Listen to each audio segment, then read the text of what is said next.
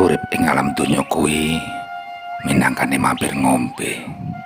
Kudu nrimo, kudu sabar, kudu ngomong karo awake dhewe uga wong liya.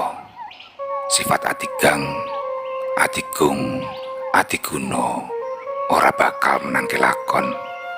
Aja dumeh dadi wong bisa, aja dumeh dadi wong sugih, aja dumeh dadi wong kanggo. Kabeh kuwi mung pacobaning urip. Balung bisa ajur, bondo bisa entek. Wong bagus ora salawase, wong ayu ora sak suwene.